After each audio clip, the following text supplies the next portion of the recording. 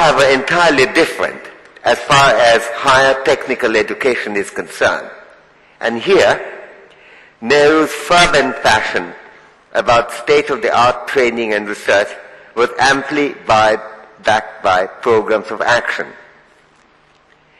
India is not only the first poor country in the world to choose a robustly democratic form of government, a great achievement which we often recollect, but it is also worth recollecting that India was the first country with grinding poverty to give priority to the development of technical skill and the most modern form of specialized education in technology.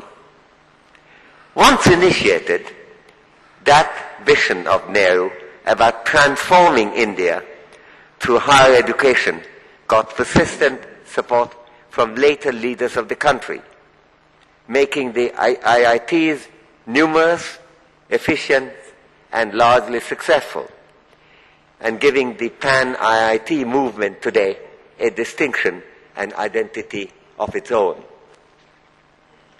But that eminence also gives the pan-IIT good reason to ask about the future, starting from today, rather than the future starting from independence, on which Nehru naturally concentrated. That's where Yogi Berra's comment, which I quoted, comes in. Is the future today what it used to be? Should it be what it used to be? What have we learned from the experience of the IITs and the IITians, to use that slightly vulgar but very useful term? I'm sorry, I'm not fond of that expression, but it's very useful. I'm not fond of it because I'm too concerned with grammar, I guess. But what have we learned from the experience that we have had, or the IITians have had, and how should we use our new understanding to think about the role of the IITs in solving the problems that India faces today?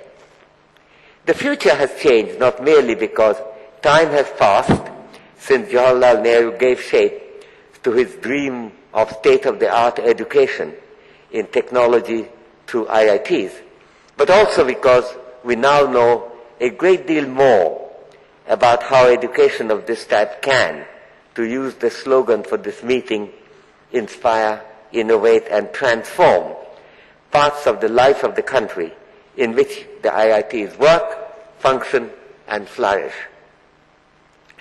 The days of fighting off our sense of inferiority in technology are certainly over, and the aggregative vision of the nationalist movement in building India's self-confidence through new skills has far less relevance today. I sometimes get worried about our self-confidence. I was really hoping that England might win this test, since they haven't won any match so far in India on this round. I think it's very bad for our ego to be so pampered by unfortunate performance of the previous imperial power. However, even as we turn a page, it must be asked, what are the special challenges to be addressed for the Indian society, economy, and polity today?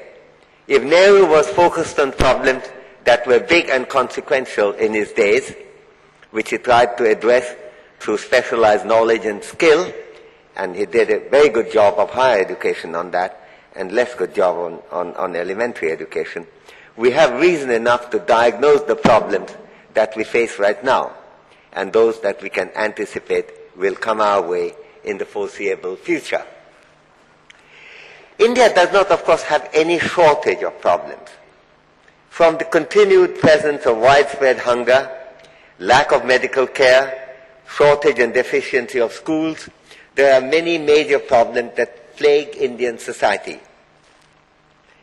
Last summer, when I was given the opportunity of addressing our national parliament, the occasion was giving the first Hiren Mukherjee lecture in the Lok Sabha at the invitation of the Speaker on the 11th of August 2008, I did express my astonishment which I cannot get over, about how little attention some of the persistent calamities affecting the lives of the underdogs of Indian society receive, not only in the media, but also in the general politics of the country.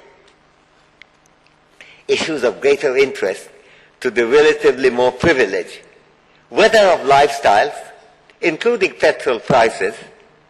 Now this is, of course, affects all of us, but the absolutely deprived have little involvement in that issue, have little use for petrol, in fact, opportunity.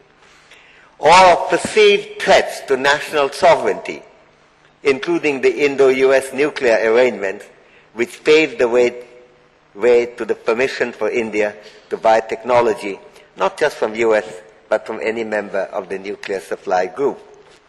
All these concerns, important as they are concerns that are easily politicized, and they tend to crowd out the deeper problems of hunger, illiteracy, and ill health, and other maladies of the worst off from getting media time and political attention.